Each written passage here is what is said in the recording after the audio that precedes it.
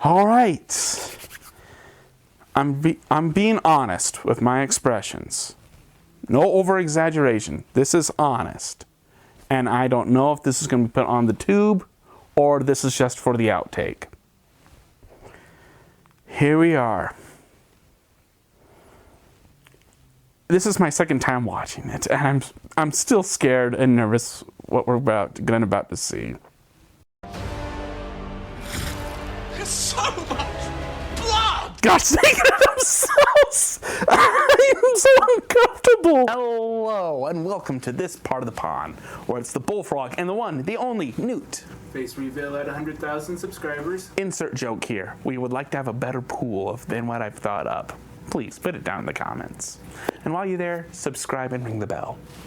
Why are we doing this video? Well, this movie got a potential 7.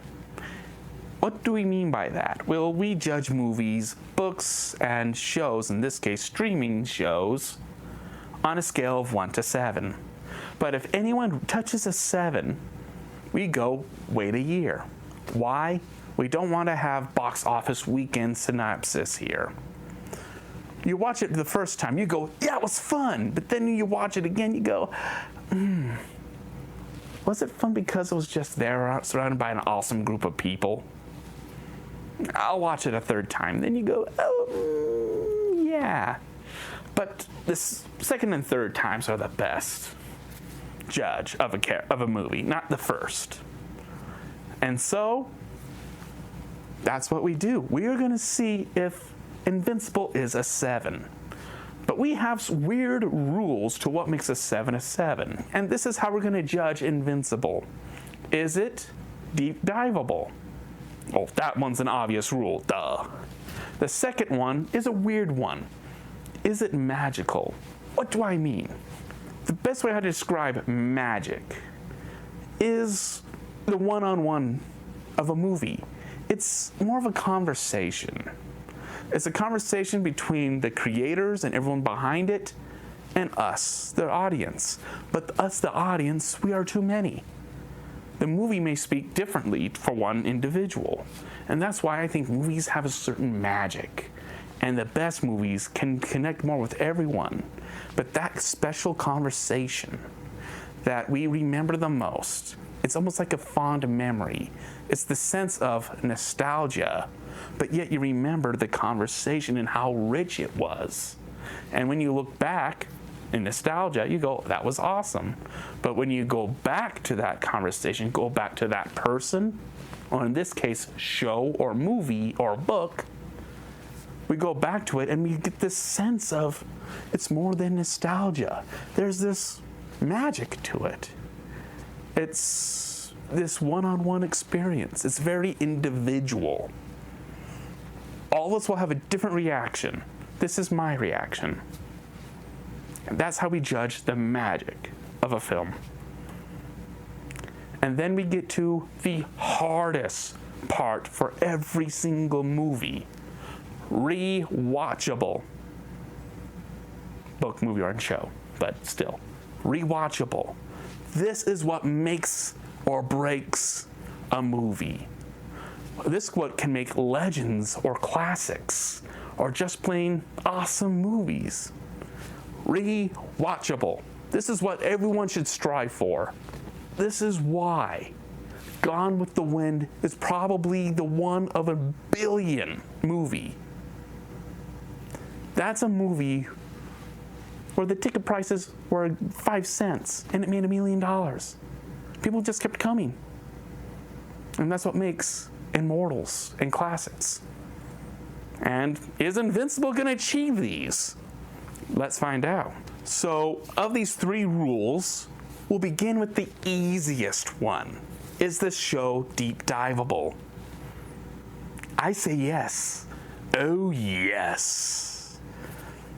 Okay, I can do an hour-long video of the Mark and the 2 love relationship of Amber and Adam Eve. I could really do an hour. I'm not kidding. That is clever of what is a good relationship and a bad relationship. And they do it in the right way. how they first interact. Bada bing, bada boom, you're gonna realize what's healthy and what's not. And that's the base, and that's the easiest I can go for that deep dive. I could go on of the symbology that this show does with the mountain and the stepfather and stepson. Both are more symbols. And then the awesome, the premise of the Defenders, Earth's Defenders, where you have the original team and the new team. That's a fun, that could be a very fun video. There's a purpose to it. And the purpose of Mark with his dad, and what Mark is for this show. And I'm gonna be honest, what's the point of Invincible? This is another telling of Superman. And the animation of this show proves to be a deep dive by itself. Because, look, the animation, we'll put a pin in the animation as a critique, but we're talking about deep dive. And the animation proves it's a very emotional deep dive. Because I know it's been a year, but still, spoilers. If you don't want to get spoiled, go over here. I'll give you 5. All right. If you're now watching, you're going to get spoiled. The animation is at its best when Omni-Man is reacting to Mark. Yeah, I did it right that time. Sorry, DC throws me off. When Mark Grayson is beaten to a pulp, and you see Omni-Man breathing. It's extremely fluid and perfect. Everyone and everything you know will be gone. That's when animation's at its best. The second scene where animation is beautifully fluid is when Robot is getting his mind transferred. Watch that scene, and you can see hands and body. That reaction, that pain is extremely fluid. Okay, the fight scenes are awesome, but why those two scenes are so important that they go full out on animation? They're similar. Robot is going to become human. Omni-Man recognizes that humanity is worth protecting. They share that. That's why the animation is at its best with those two scenes. It's not just the action, it's about the emotion. And speaking of action, deep diveable, the action itself. And this is where we're going to talk about the action a bit. Because Mortal Kombat says it best. Fatality. But is this show kind of like The Bad Boys? Is that the name of the show, Newt? The Boys. Sorry. That's why we have him. The Boys seems more violence for the sake of violence. Game of Thrones, violence for the sake of violence. Shock for the sake of shock. Is Invincible shock for the sake of shock? I say no. When the Defenders die, the first graphic kill to the Red Rush is repeated again when Mark saves the pilot. That first graphic kill was rough to watch for us. This is not meant for little kids. But yet when Omni-Man shows his violence, he gives it to Mark. Those two are the same kill. That's introducing us to the show. It's going to be graphic. But when Omni-Man shows that violence and bloodiness to Mark, it's Mark's first time experiencing that graphic, how graphic his dad will be. There's symmetry. It's not pointless. This is Omni-Man trying to tell and show the futility of mankind. Okay, here's my real reaction.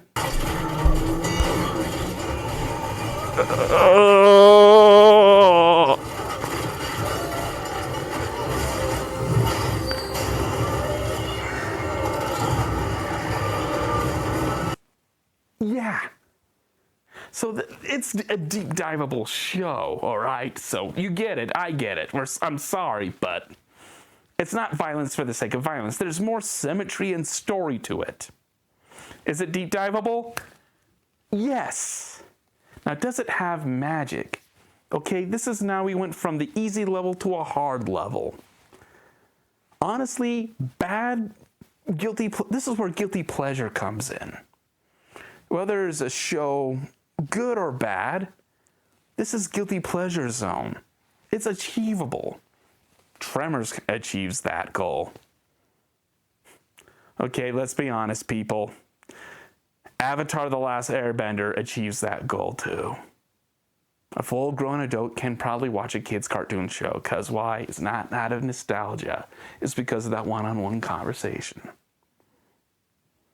How showrunners and writers and animators and voice actors just have that certain more than nostalgia to it.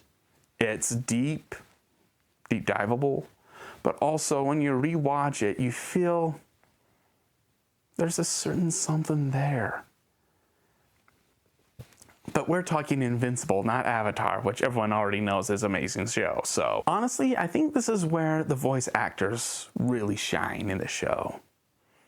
The magic is them. The animation is limited, but yet the story, the plot, and the voice actors, they really sell.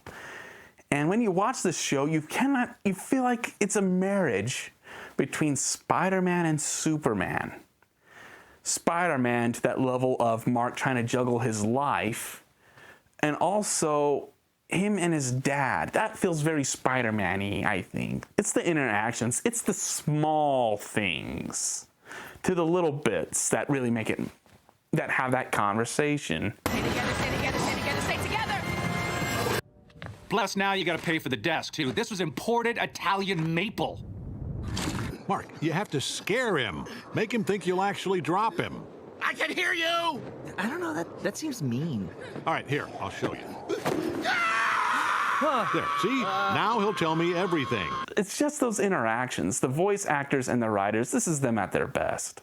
But also that threat of what the story's building up to. The twist villain being introduced in episode 1. And that throughout the whole show, you're on pins and needles to A, why the twist villain did it, and B, how's this twist villain that's already been introduced, but yet it now feels like this is tension about to break. That's magical. This is a good conversation. This is where the people who made this show and we, the audience, are really at its best, is that twist villain bit. But also Mark at his best. J.K. Simmons, he's one of the best voice actors, and a great actor too. But as a voice actor, he found a rival. That's Yun. Because by George, he was fun to follow. He's a fun actor. Him and J.K., the whole cast is amazing, but he and J.K. are number one on the list. Okay, but you're gonna catch him, right? Yeah. In a sense. I mean, I cannot get sick of those two. Hearing them and seeing them interact and how they build everything up. Okay, does the show have magic? Has that conversation between creator and us? And it feels very individual. I feel it achieves it. I enjoy it. It's very fun. And now to probably the hardest of the three. Rewatchable. This is where flaws in shows and movies and books really come out. Because are you willing to endure the pain? Because we have to acknowledge the flaws of what we love. But by George, we don't care. It's just plain good. Am I right? First season Avatar: The Airbender. The animation isn't at its best. It's still fluid, but not as good. And talking about animation, let's go to that pin. It's rough. It's not that good. I'm being honest. But I want to see second season. Honesty. I want this show to get more. More money. Keep the actors, but yet a little more for the animation. Make it better. Because by George, this was good. Animation may be bad, but this is where it's like Bob's Burgers. Bob's Burgers, the shape and the voices, it takes like 5 episodes to get used to. And then you feel like, is the show meant for me or not? Well, seeing the fact it has 12 seasons and a movie, I say it did. Ugh, I had so many free samples of sesame chicken, I can't eat it to this day. You ate sesame chicken last night. I know. But we're talking Invincible. And Invincible, it just takes 1 episode. And you get used to it. I did on the first episode. I'm sure Newt did. He binged it in 1 day, and then he wanted to watch it a second time. So he had his wife to go watch it, and he watched it with her. Newt says it's rewatchable, and I say the animation is limited, but yet it still holds.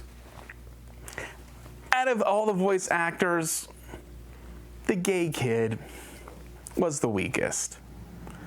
But for his defense, take a look at who's in. And you being called the weakest, it's not your fault. Let's be honest. You have Mark Hamill, J.K. Young, Azula's in this show. And she's still hated. Kid, you may have the weakest role, but by George, you're in okay terms. Let's be honest. And your character isn't annoying. You're not stupid. And also, if you want to talk rewatchable, as much as we show off the bad, we can't help acknowledge there's just scenes about this I just want to have more of. And for me, it's the Moeller twins. Damn. Chicken pot pie night.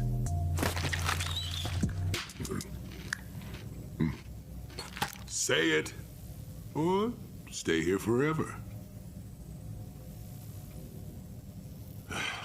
I'm the clone. Yes, you are. Those guys are just too fun.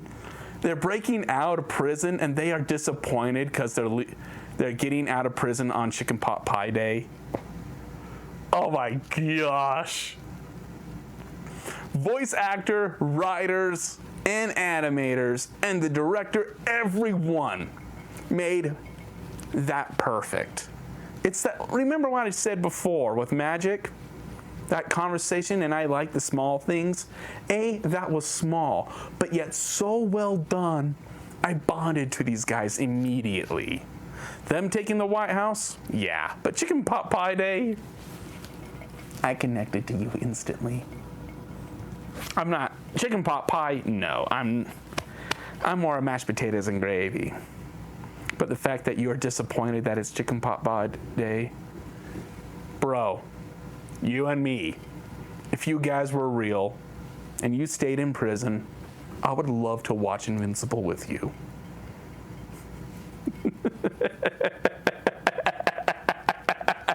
Yes! The Moeller twins are fun. Yun is the best. JK is amazing. Is it rewatchable? The gore and violence is uncomfortable beyond belief. Again, my reaction.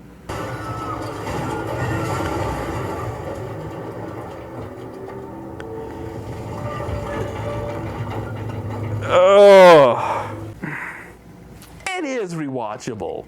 Rough, hard, and a little fatal, but still, it is rewatchable. So it fills all 3. Sometimes shows can fill all 3, but can they really do it? Is it still a 7 if you fill all 3? Because some shows are really well written, are really well done, and you can rewatch it over and over again and reread it over and over again. But sometimes we openly have to admit it's not a 7. Am I right, Newt? Harry Potter isn't a 7, but it doesn't mean we want to reread it over and over and over again. Avatar: Last Airbender, that's a 7. Gravity Falls, now there's a 7. And Invincible, there's a 7. Thunderstorms happening outside, so if you hear some thunder, that's that. But it is a 7. It achieves the goals, but also it just clicks. There's something great about it. There's a reason why when this came out, the internet fell in love. Invincible is a good show. It's Spider-Man-ish in its style, but I feel like this is more about Superman. Where does Superman come from? What makes Superman Superman? What Superman comes from is average Joes. Invincible comes from average Joes, in a way. But he has an ideal to stand on. That's what makes Superman Superman, is the idea. It's not about the powers, it's about the ideal. And Invincible stands by his ideal. But throughout the show, it's him discovering his ideal. And he finds it at the end. He realizes what he's meant to be, who he is. And I love it. He grows like Spider-Man to become Superman. And tell me, do you want to see that? It's a 7. You know it, I know it. It's one for the books. And until next time, it's the Bullfrog and the Newt signing out. And sorry for the big delays. Life happens. Sorry, but we're gonna be on track soon. Oh my God! So much blood! Yeah, this is an outtake. I know we're gonna see. It's not surprising, but oh. Right now we're loading. I need to save it. No. Maybe this time you'll learn. Comfort zone. No. I ate this. Just be honest.